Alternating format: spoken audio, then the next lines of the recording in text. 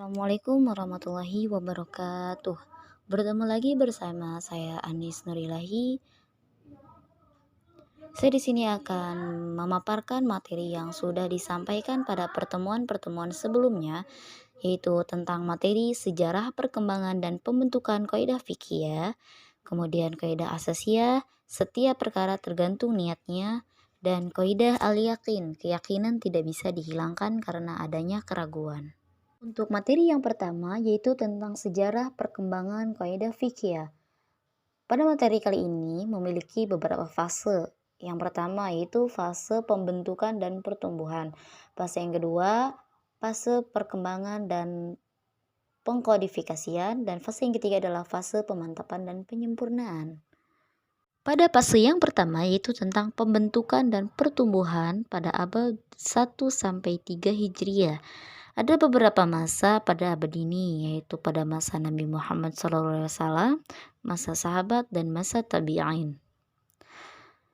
Terdapat hadis-hadis Rasulullah yang padat dan singkat, diantaranya adalah hadis innamal a'malu binniyah dan hadis la daroro wala diroro. Terdapat hadis sahabat yang singkat dan padat yang dapat dijadikan sebagai sumber dalam mengambil keputusan hukum. Di antaranya Asar Ali bin Abi Thalib radhiyallahu anhu yang diriwayatkan oleh Abdul Rojak, orang yang membagi keuntungan tidak harus menanggung kerugian.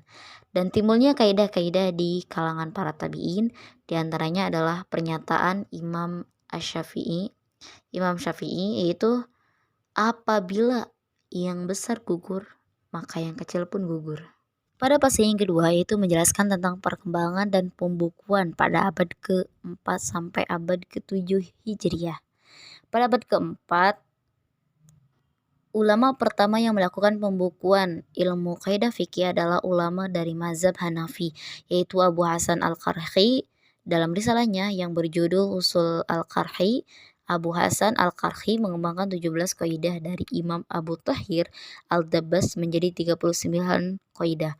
Setelah Al-Qarhi, ulama mazhab Hanafi yang mengembangkan ilmu Al-Qaidah fikih adalah Abu Zaid Ubaidullah Al-Dabusi dalam kitabnya Ta'sis An-Nadhr. Selanjutnya semakin mengalami perkembangan pada abad ke-7 Hijriah.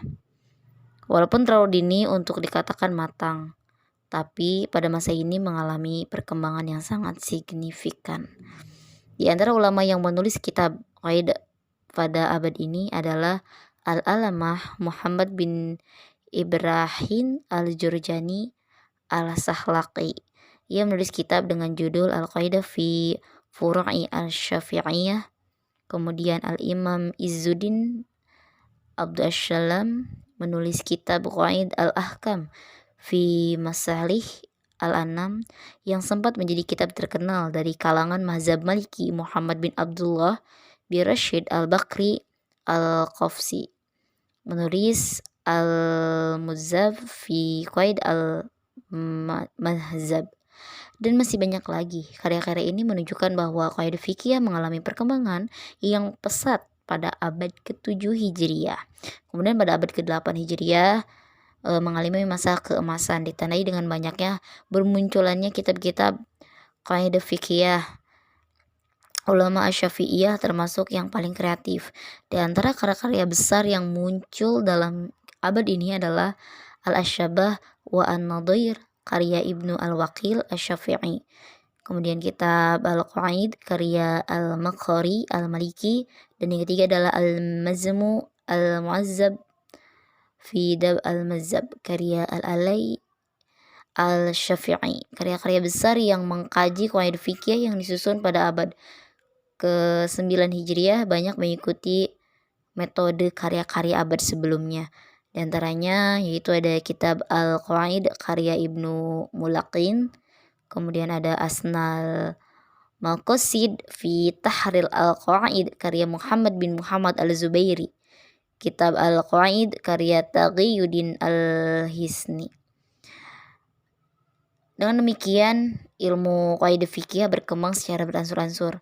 Pada abad ke-8 Hijriah, perkembangan ini terbatas hanya pada penyempurnaan hasil karya para ulama sebelumnya, khususnya di kalangan ulama Syafi'iyah.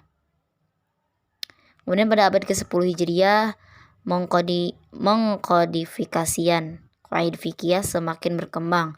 Imam Asyuyuti telah berusaha mengumpulkan kaidah fikih yang paling penting dari karya Al-Alai, Al-Subaki, dan Al-Zarqazi. Ia mengumpulkan kaidah-kaidah tersebut dalam kitabnya Al-Ashbah wa Al-Nadai. Kitab-kitab karya ketiga tokoh ulama tersebut masih mencakup kaidah usuliyah dan kaidah fiqhiyah, kecuali kitab karya Al-Zarkashi. Pada abad ke-11 dan 12 Hijriah terus berkembang. Dengan demikian, fase kedua dari ilmu kaidah fikih adalah fase perkembangan dan pembukuan. Fase ini ditandai dengan munculnya Al-Qarsyri dan Al-Bashi, para ulama yang hidup dalam rentang waktu ini, yaitu pada abad ke-4 sampai abad ke-7.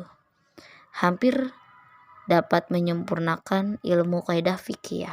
Selanjutnya, fase yang ketiga yaitu fase tentang pemantapan dan penyempurnaan pada abad ke-13 Hijriah.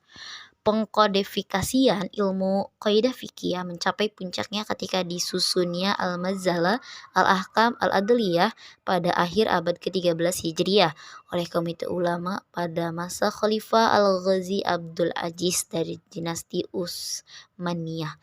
Penyusunan dilakukan dengan melakukan proses pengumpulan dan penyeleksian terhadap berbagai kitab-kitab fikih. Materi yang kedua yaitu membahas tentang segala perkara tergantung kepada niatnya. Kaidah ini menjelaskan tentang niat. Niat di kalangan ulama-ulama Syafi'iyah diartikan dengan bermaksud untuk melakukan sesuatu yang disertai dengan pelaksanaannya.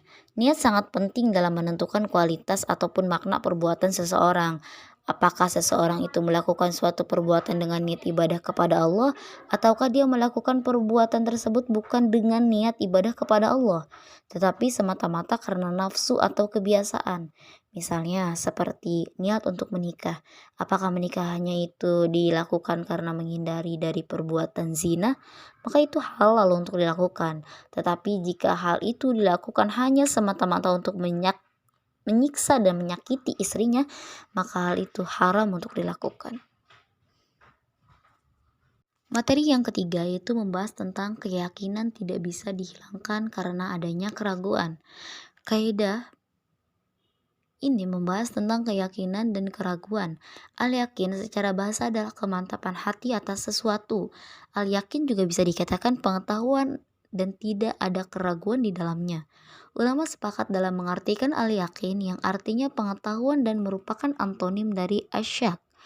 Mengenai keraguan ini, menurut Asy-Syaikh Al-Imam Abu Hamid Asy-Syafiraini itu ada 3 macam, yaitu yang pertama keraguan-raguan yang berasal dari haram, yang kedua keraguan-raguan yang berasal dari mubah, dan keraguan-raguan yang tidak diketahui pangkal asalnya atau subhat.